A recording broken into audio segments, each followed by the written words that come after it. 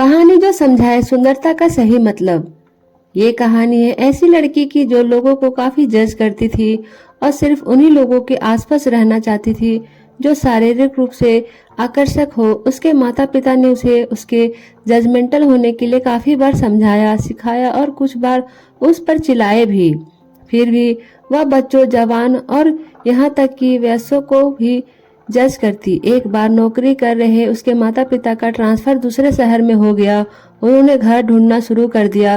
कुछ घर देखने के बाद माँ के मन में एक अद्भुत विचार आया। उन्होंने दो घरों को फाइनलाइज किया और आखिरी निर्णय लेने के लिए अपनी बेटी को कहा। वे उसे एक के बाद एक दोनों घरों को देखने के लिए लेकर गए। एक घर को खूबसूरती से सजाया गया था और वह बाहर से आकर्षक और सुंदर दिखता था। दूसरा उतना अच्छा नहीं था और साधारण सफेद पेंट और लकड़ी के गेट की संरचना के साथ साधारण दिखता था। हालांकि जब लड़की को बाहर से सुंदर दिख रहे घर के अंदर ले जाया गया तो माहौल बिल्कुल अलग था। बड़ा सुंदर घर अंदर से बर्बाद दिखता था। उसका कंस्ट्रक्शन काफी पुराना लग रहा था। बदबूदार और अंधेरे कमरे, दीवारें क्षतिग्रस्त थी, छत टपक रही थी, शौचालय दागदार और गंदे थे और फर्श इधर उधर से टूटा हुआ था और प्राकृतिक प्रकाश का लगभग कोई स्रोत नहीं था। इसके अलावा घर में चारों कमरों में केवल एक शौचालय था। दीवार के अंदर कोई अलमारियां नहीं लगी थी। ड्राइंग रूम बहुत बड़ा था और कमरे छोटे थे। हवा के आउटलेट और खिड़कियां सीमित थी। उस घर में लड़की तनावग्रस्त और डरी हुई महसूस कर रही थी। अब बारी थी दूसरे घर को अंदर से देखने की। जब उसे साधारण पुराने दिखने वाले घर के अंदर ले जाया गया तो उसने देखा तो उस घर को बड़े साफ सफाई से रखा गया था और अच्छी तरह से मेंटेन रखा गया था। अच्छी लकड़ी के फर्श, डिजाइनर मेड पेंटिंग, फर्नीचर, खुशबू, साफ शौचालय, अच्छी बिजली और कांच के शोपीस के साथ कोई भी मंत्रमुग्ध हो जाए ऐसी घर की सुंदरता थी। घर में प्रत्येक कमरे के लिए संलग्न शौचालय थे। कमरे अनुपातिक आकार के थे और कई खिड़कियां होने के कारण क्लास्ट्रोफोबिक महसूस नहीं होता।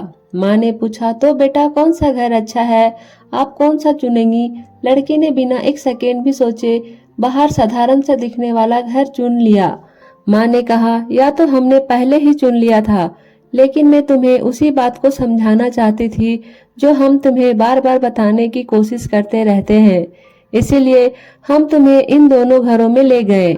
बाहर से आप या कोई भी उस घर की प्रशंसा करेगा और इसे आसानी से अनदेखा कर देगा। हालांकि जब किसी को वास्तव में वर्षों तक घर में रहना पड़ता है तो वे अंदर जाते हैं, सब कुछ देखते हैं और बाहरी दिखावट अब ज्यादा मायने नहीं रखती है। दरअसल तुमने भी अपने आराम को देखकर और अंदर की हकीकत जानने के बाद बेहतर दिखने वाले घर को ठुकरा दिया था। वह स्थान जहां तुम वर्षों तक रहोगी। इसी तरह हमारी इंद्रियां दुनिया के साथ बातचीत करती है। हम अच्छी दिखने वाली चीजों को और लोगों से मंदमुग्ध महसूस करते हैं। वे हमारी इंद्रियों को आकर्षित करते हैं। हालांकि इंद्रियों को उत्तेजना हमारा जीवन नहीं है। हमें सही विकल्प चुनने के लिए गहराई से देखना पड़ता है।